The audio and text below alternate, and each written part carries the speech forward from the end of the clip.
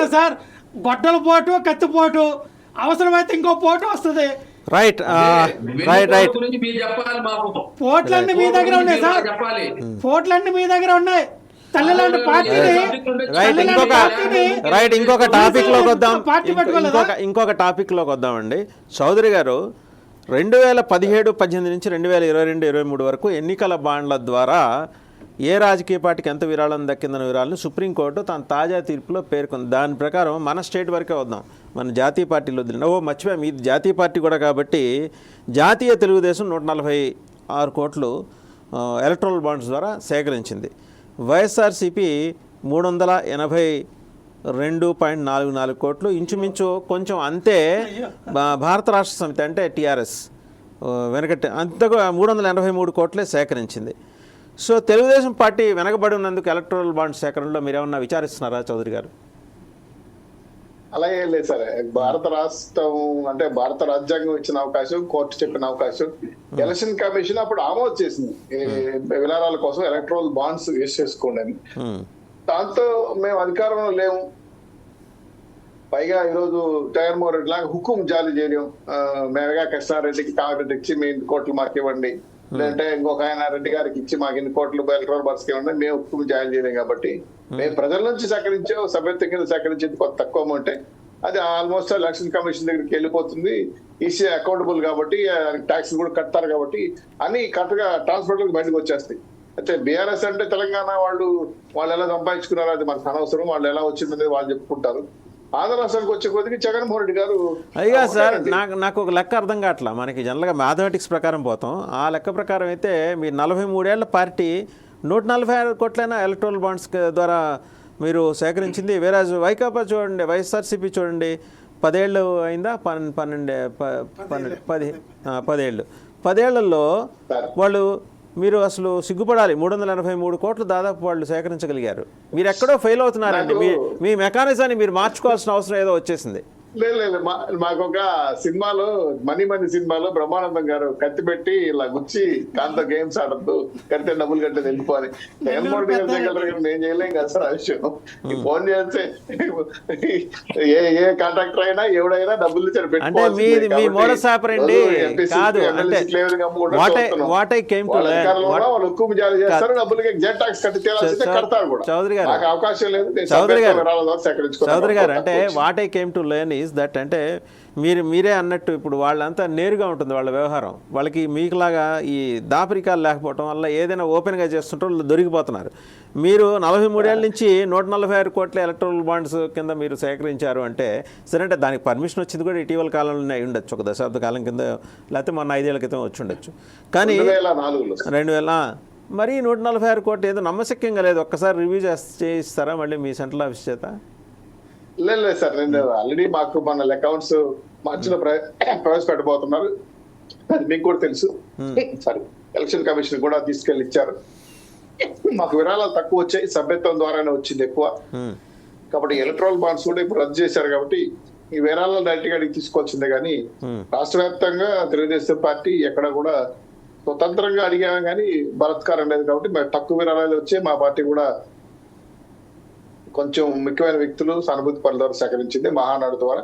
కాబట్టి గతంలో ప్రభుత్వ అధికారులు ఉండొచ్చు, ఇంకో రకంగా ఉండొచ్చు. కాబట్టి వాళ్ళ అధికారాలు ఉపయోగించుకొని హుక్కుం జారీ చేసి ఎక్కువ డబ్బులు సంపాదించుకోవచ్చు నాకు తెలియదు. కానీ మేమైతే తెలుగుదేశం పార్టీ ఆ విషయంలో పార్టీ ఫండ్ గా పార్టీకి రావాల్సిన డబ్బుల విషయం పైన మాత్రం కాన్సంట్రేట్ చేశాం. మాకు ఎలాంటి అక్రమ సొమ్ములు, అక్రమ లావాదేవీలు ఉండకూడదని గతంలో ఇదే ప్రభుత్వం ఎలక్ట్రల్ బాండ్స్ వచ్చిన డబ్బులు కూడా కోర్టు కేసి దాంట్లో అక్రమాలు జరిగాయని చెప్పి బాబు గారికి అంటగట్టడానికి ప్రయత్నం చేసే సంఘటన కూడా మీకు తెలుసు. అది కరెక్ట్ కాదని ఎలక్షన్ కమిషన్ తర్వాతసారి కోర్టు కూడా కొట్టేసింది. కాబట్టి అటువంటి సిచ్యువేషన్ రాకూడదని, ట్రాన్స్పర్టల్ గా విరాళాలు సేకరించాలని అది మేము అనుకున్నాం. కాబట్టి అలానే ముందుకు వెళ్తున్నాం సార్. ఇందులో ఏమి దాపరికం లేదు. ఖచ్చితంగా దీన్ని ట్రాన్స్పర్టల్ అకౌంటబిలిటీ ఈసీ కూడా ఇస్తారు. కాబట్టి మాకు తక్కువ విరాళాలు వచ్చాయని మేము భావిస్తున్నాం. సరే, వస్తే కూడా మన అంతా మన మంచి కోసం, ప్రజల కోసం గుమ్మరైపోతున్నాం.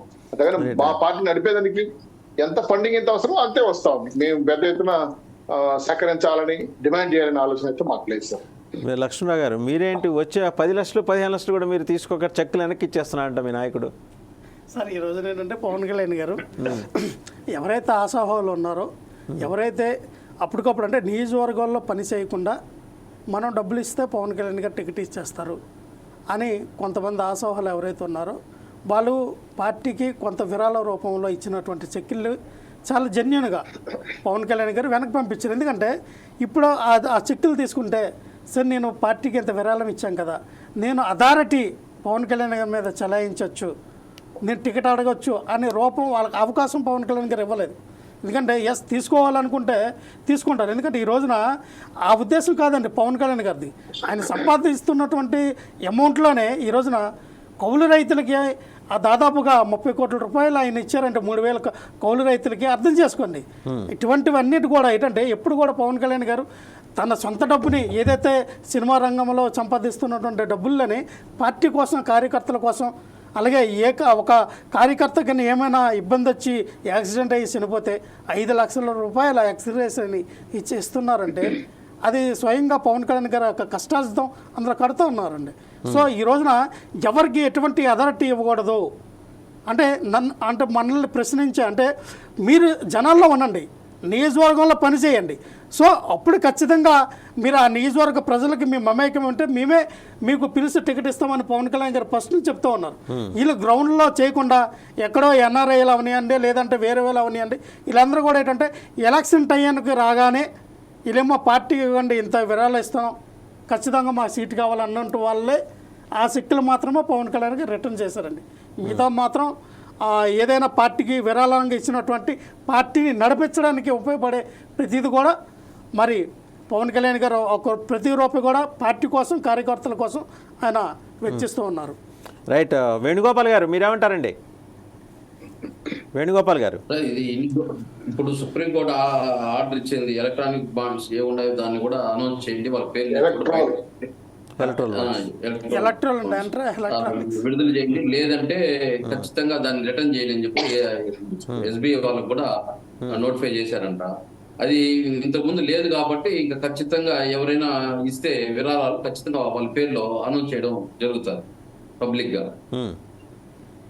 దానికి ఈ పార్టీ ఏమన్నా సగము బ్లాక్ తీసుకొని సగం వైట్ తీసుకొని అనౌన్స్ చేయకుండా ఇట్లా ఏదైనా అవకతవకలు జరుగుతుంటే మనం క్లెయిమ్ చేయాలి. రికార్డుగా ఇన్ని రోజులు ఉన్నింది కాబట్టి తీసుకుంటున్నారు, ఇంకా మీద ఏదైనా పబ్లిక్ గానే తీసుకోవడం జరుగుతుంది. అది పార్టీ ఖచ్చితంగా పార్టీ నడపాలంటే ఉండాలి ఫండ్స్. వీళ్ళలాగా ఏదో మేము టికెట్లు ఇచ్చామనో లేకపోతే టికెట్లు తీసుకోలేదనో ఏదో రకరకాలుగా చెప్తుంటారు వీళ్ళు పార్టీని నడిపేదానికి. అవినీతి డబ్బే కదా సార్, మీకు విరాళ రూపంలో వచ్చినంత అవినీతి డబ్బే కదా, అన్యాయంగా వచ్చిన డబ్బులే కదా. 350 కోట్లు చూపిస్తున్నారంటే ఎంత అవినీతి డబ్బు మీ దగ్గర ఉందో, ఎంత అవినీతి డబ్బులు మీ పార్టీకి ఫండ్ ఇచ్చారంటే నువ్వు మీ నాయకుడిగా మాట్లాడాలి. ఏమన్నా 15 ఏళ్ళుగా ఉంది ఒక ఎమ్మెల్యేగా గనక మీ పైన ఎంత నమ్మకం ఉందో రాష్ట్ర ప్రజలకు తెలియాలి. సార్ మేము కష్టపడుతున్నాం సార్, మీకులాగా అన్యాయంగా రాలా, మేము మీకులాగా షార్ట్ కట్ లో రాలా అధికారంలోకి, మీకులాగా షార్ట్ కట్ లో రావట్లా. ప్రజల్లో రాజుముద్ర వేయడానికి మేము కష్టపడుతూ ఉన్నాం. ఈ రోజున ఈ కష్టం మీరు ఏదైతే మమ్మల్ని మీరు హేళన చేస్తూ ఉన్నారో గుర్తుపెట్టుకోండి.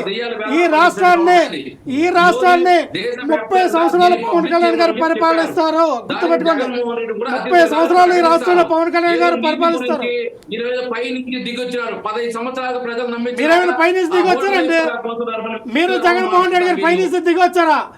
మీది ఆంధ్ర రాష్ట్రం మీరేమో జగన్మోహన్ రెడ్డి గారు వాళ్ళ తాతగారిది, వాళ్ళ నాన్నగారిదా, లేదా మీ నాన్నగారిది మీ తాతగారిదా? సార్ మీరెంత అవినీతి పరులు, మీరెంత అవినీతి సొమ్ము చేశారు. మీరెంత 7,500 ఎకరాలని మైనింగ్ కబ్జా చేసింది మీరు కాదా?